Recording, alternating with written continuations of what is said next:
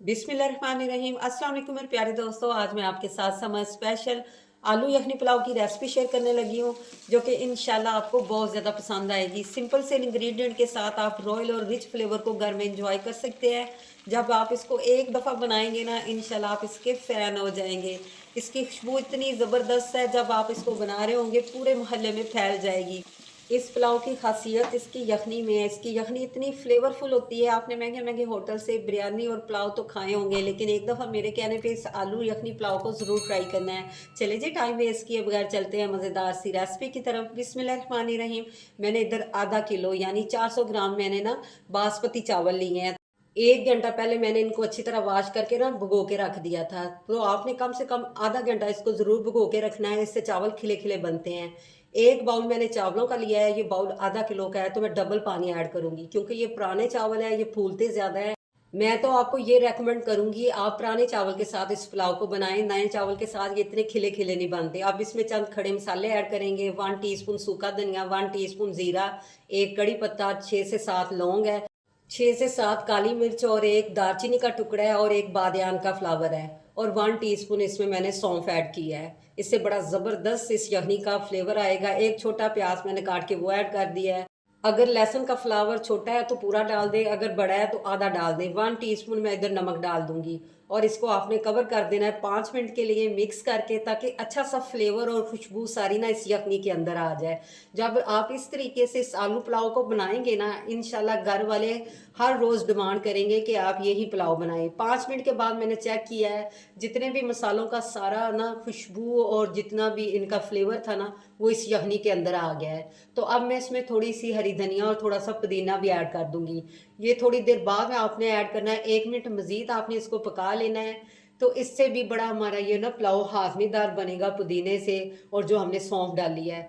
तो इसको 1 मिनट पकाने के बाद मैं इसको छान लूंगी। पैन में मैंने एक छोटा कप ऑयल ऐड कर दिया है, और उसमें मैंने ना प्याज ऐड कर दिया है। प्याज ऐड करने के बाद आपने इसको अच्छा सा ना गोल्डन कलर देना है।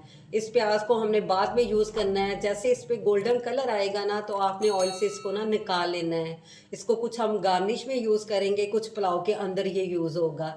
इस तरीके से पुलाव बड़ा टेस्टी बनता है। ये देखिए सारा प्याज ना मैं निकाल रही हूँ। ऑयल को अच्छी तरह आपने स्टेन कर लेना है।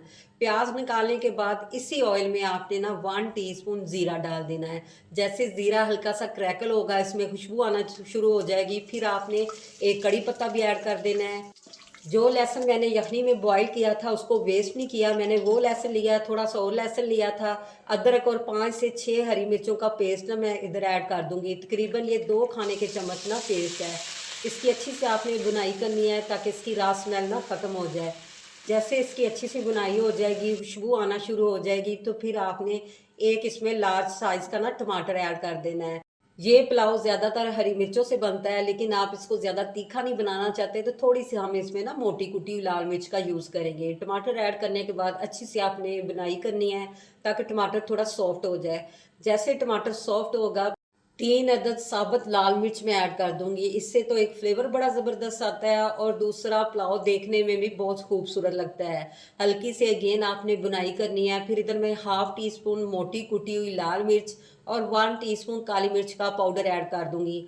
अगर आप चाहते हैं कि काली मिर्च और मोटी कुटी हुई लाल मिर्च स्किप कर दें तो आप कर सकते हैं, उसकी जगह टोटली आप सारी ना हरी मिर्ची ऐड कर सकते हैं। थोड़ा सा मैंने पानी डाला है, पानी डाल के आपने अगेन मसाले की अच्छी सी ना बुनाई कर लेनी है।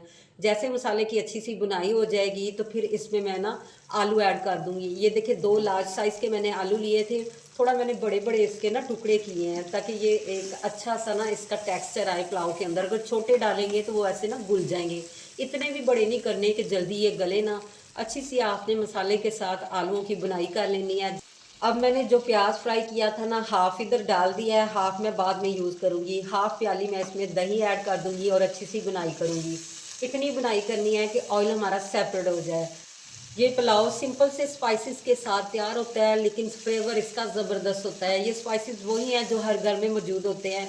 जब हम गरम मसाला साबुत वाला परचेज़ करते हैं ना, उसके अंदर ये सारे इंग्रेडिएंट होते हैं, बादियान का फ्लावर और ये कड़ी पत्ता और दालचीनी वगैरह ना। अच्छी सी मैंने बुनाई कर ली है, ऑयल सेपरेट हो चुका है। अब मैं इसको मज़ीद चटपटा और चटखारेदार बनाने के लिए हाफ लेमन का जूस इसमें ऐड कर दूंगी, और लेमन का छिलका आपने वेस्ट नहीं करना, वो भी इसके अंदर डाल देना है।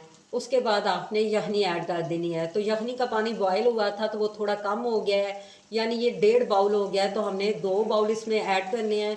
तो बाकी मैं थोड़ा ना इसके अंदर सिंपल पानी ऐड कर लूँगी, यानी टोटल मैंने 2 बाउल ये यखनी के ऐड कर लिए हैं।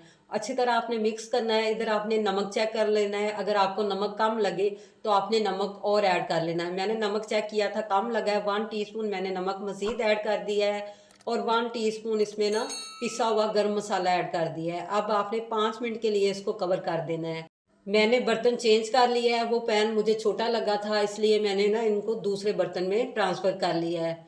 तो इधर मैंने आलूओं को चेक कर लिया है, आलू बिल्कुल परफेक्ट गल चुके हैं।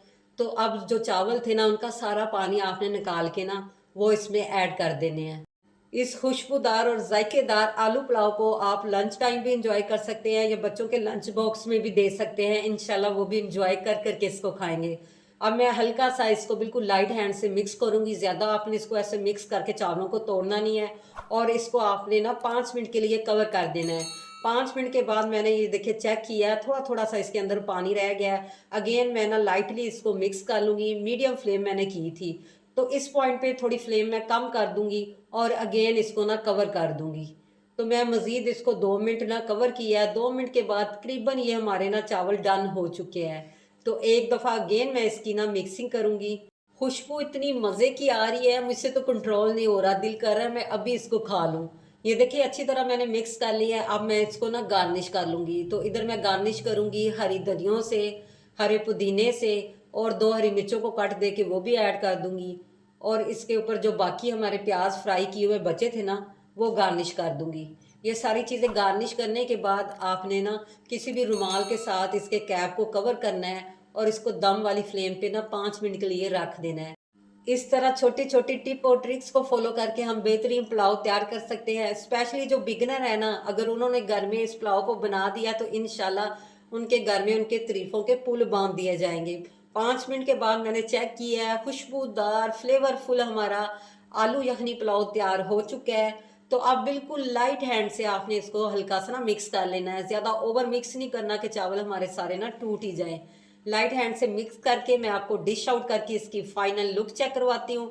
माशाल्लाह एक एक चावल खिला हुआ बना है, बिल्कुल आपस में चिपके नहीं है। इसी पॉइंट पे आपसे रिक्वेस्ट, अगर आज का आपको मेरा समर स्पेशल आलू यखनी पुलाव की रेसिपी जरा सी भी पसंद आई हो तो आप मेरे चैनल को सब्सक्राइब कर दें, मेरी वीडियो को लाइक कर दें, फ्रेंड और फैमिली मेंबर में शेयर कर दें और बेल आइकन को जरूर प्रेस कर लें ताकि हर न्यू वीडियो का नोटिफिकेशन सबसे पहले आप तक पहुंच सके।